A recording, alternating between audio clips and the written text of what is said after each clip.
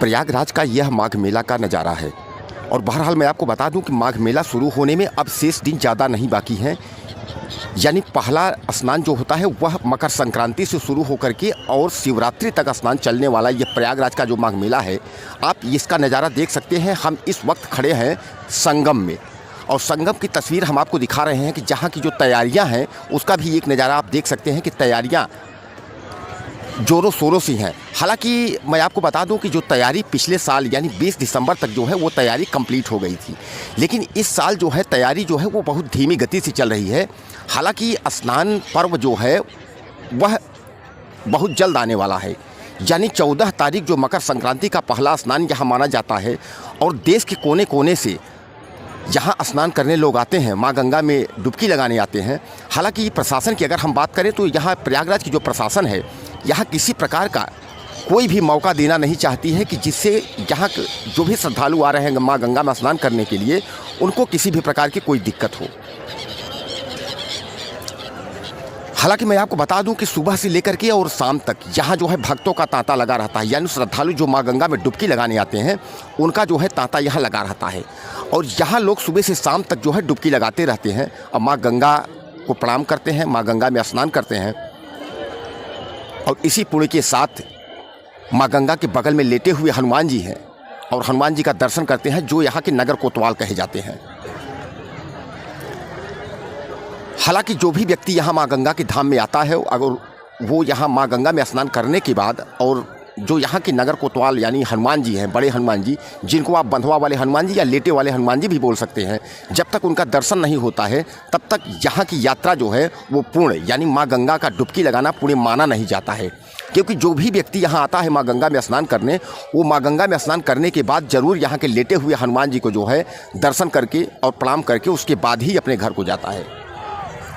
यह नज़ारा जो हम आपको दिखा रहे हैं ये नज़ारा जो है ये प्रयागराज के संगम का है और संगम में आप देख सकते हैं कि यहाँ जो है सामने जो है जल पुलिस की गाड़ी भी खड़ी है और बैरिकेटिंग भी लगा हुआ है। हालांकि बैरिकेटिंग जो लगा हुआ है इस बैरिकेटिंग को जो है तमाम लोग जो है क्रॉस करके और उस पार जाने की कोशिश करते हैं, स्थानीय प्रशासन जबकि मना करता है। लेकिन कई लोगों को लेकर के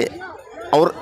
इसकी चूक अगर आपने थोड़ा भी की तो आपको जान से हाथ धोना पड़ेगा। जैसा कि गर्मी से लेकर के और अभी तक में हमने आपको कई वीडियो में मैंने दिखाया कि जो भी व्यक्ति इस बैरिकेटिंग को तोड़ने की कोशिश की, यानी बैरिकेटिंग जो लगा हुआ है और उसको छलांग लगा के अगर बैरिकेटिंग के उस पार अगर आप जाके माँ गंगा में डुबकी लगाना चाहते हैं तो आप सोच लीजिए कि आप अपनी जान जो है वो जोखिम में डाल रहे हैं।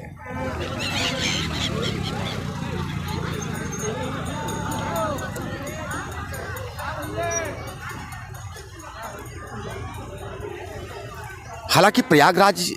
मकर संक्रांति से चलकर महाशिवरात्रि की अगर हम बात करें तो प्रयागराज मकर संक्रांति, उसके बाद अमावस्या, अमावस्या के बाद बसंत पंचमी और बसंत पंचमी के बाद सप्तमी, फिर पूर्णिमा और उसके बाद महाशिवरात्रि, ये अहम स्नान पर्व हैं। और इन स्नान पर्व में जो भी यहाँ श्रद्धालु आते हैं वो यहाँ सुरक्षित स्नान करके और यहाँ से घर जाएं, यह यहाँ की स्थानीय प्रशासन की जिम्मेदारी होती है। और सबसे बड़ी बात मैं आपको बता दूं कि जो 2025 महाकुंभ की तैयारी है वह भी बहुत जल्द यानी अगले साल 2025 में महाकुंभ लगने जा रहा है और उसकी तैयारियां अभी से ही शुरू कर दी गई हैं। जैसा कि प्रदेश स्तर और राज्य सरकारें और प्रदेश सरकारें या केंद्र सरकार जो है उसका बजट जो है वो जारी कर दिया है। हालांकि प्रदेश के जो मुखिया वर्तमान में योगी आदित्यनाथ जी हैं वो सख्त तेवर में उन्होंने साफ कह दिया है कि माघ मेला को लेकर के किसी भी प्रकार की अगर सुरक्षा में चूक हुई तो आप बख्शे नहीं जाएंगे। और यही उनके सख्त रवैया को देख करके यहाँ की जो जनता है और ख़ासकर प्रयागराज के जो लोग हैं वो अपने आप को सुरक्षित महसूस करते हैं।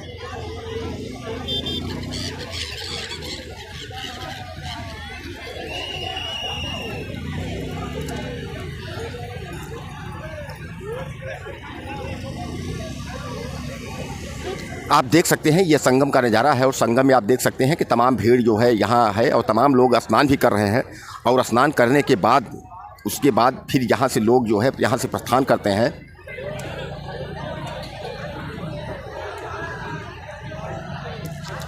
हालांकि माँ गंगा की अगर हम धाम की बात करें तो माँ गंगा जो है वो देश और विदेश से भी लोग यहाँ स्नान करने आते हैं और ख़ासकर जब अगर महाकुंभ होता है तो महाकुंभ में जो है विदेशों से लोग भी यहाँ पहुँचते हैं और यहाँ पहुँच करके माँ गंगा में डुबकी लगाते हैं। तो आप देख सकते हैं कि तैयारियां किस तरीके से 2023 यानी जो चल रहा है, अब 2024 का जो माघ मेला होने वाला है, जो आयोजित होगा जनवरी से लेकर के मार्च तक, उसकी तैयारी का आप नज़ारा आप देख सकते हैं कि प्रयागराज की क्या स्थिति है। यानी प्रयागराज संगम की जो हम रिपोर्ट आपको दिखा रहे हैं, तो इस तरीके से जो है यहाँ तैयारियों की व्यवस्था है। प्रयागराज संगम से ग्राउंड रिपोर्ट के लिए मैं शीतला तिवारी।